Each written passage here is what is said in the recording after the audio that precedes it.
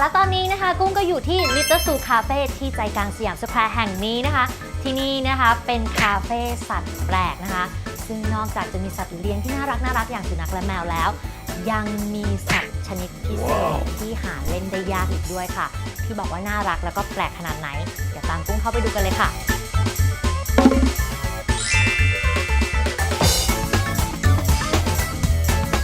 ก่อนที่จะไปดูสัตว์เลี้ยงน่ารักนะคะเดี๋ยวมาพบกับคุณหยกก่อนเลยนะคะสวัสดีค่ะคุณหยกค่ะสวัสดีค่ะเดี๋ยวถามคุณหยกก่อนดีกว่าว่าคอนเซ็ปต์ของร้านที่นี่ Little Zoo Cafe เนี่ยเป็นยังไงบ้างคะคือเดิมทีเริ่มแรกที่ตั้งคาเฟ่นะคะจะเป็น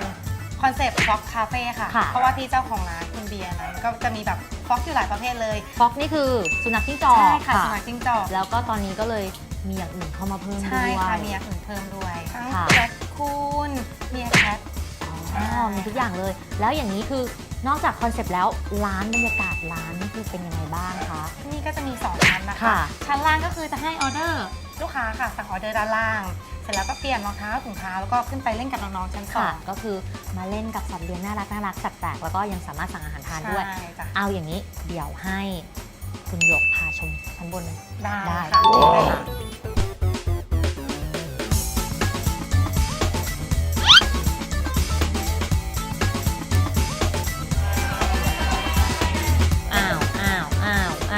เขาเกาะอย่างนี้ได้ใช่ไหมคะเอาวางไว้บนหัวบนไหล่อย่างนี้ได้เลยค่ะแล้วอันนี้คือห้องอะไรคะตอนนี้จะเป็นรอบของอาร์ติกฟ็อกค่ะอาร์ติกฟ็อกใช่น้องกาก้าใช่อันนี้หนูไม่ใช่กาก้าลูกหนูไม่ใช่กาก้า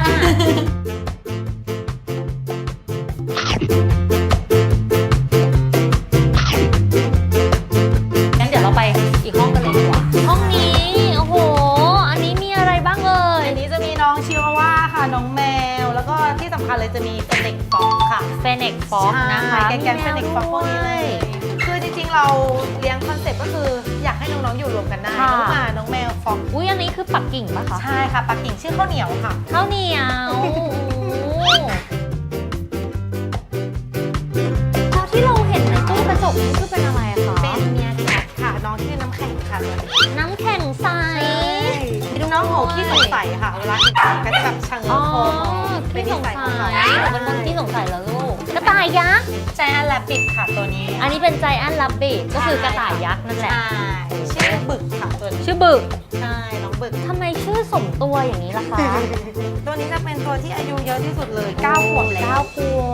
บชื่อเยลลี่ค่ะเยลลี่ค่ะเยลลี่อายุเยอะแล้วนะคะเวลาโดนอุ้มน้องขอดูหน้าแบบโอ้ตาโอ้เยลลี่ค่ะหน้ายังเด็กมากเลยตาจะปิดให้น้องไปพักดีกว่าค่ะเดี๋ยวน้องจะเหนื่อยโอ้ยจักรจีว้าว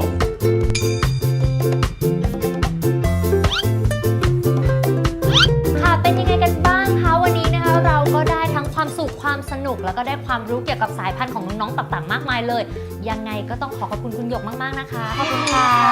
แต่ว่าตอนนี้นะคะก็คือในเร็วๆนี้เราจะมีสาขาใหม่นะคะอยู่ที่อ่อนนุชค่ะโครงการ People Park ตรงข้ามวัดมหาบุตรนะคะก็มาได้ทั้งที่นี่แล้วก็ที่อ่อนนุชเนาะสำหรับใครนะที่อยากจะเข้ามาสัมผัสความน่ารักของน้องๆอย่างใกล้ชิดนะคะสามารถ walk in เข้ามาได้เลยที่ Little Zoo Cafe สาขาสยามสแควร์แห่งนี้นะคะแต่บอกนิดนึงว่าต้องโทรมาเช็คก่อนนะคะเพราะว่าเรื่องตารางเวลาของน้องนะคะว่าอยากเจอตัวไหนเป็นพิเศษอาจจะต้องเช็ครอบกันนิดนึงเพื่อที่จะได้มาไม่เสียเที่ยวค่ะ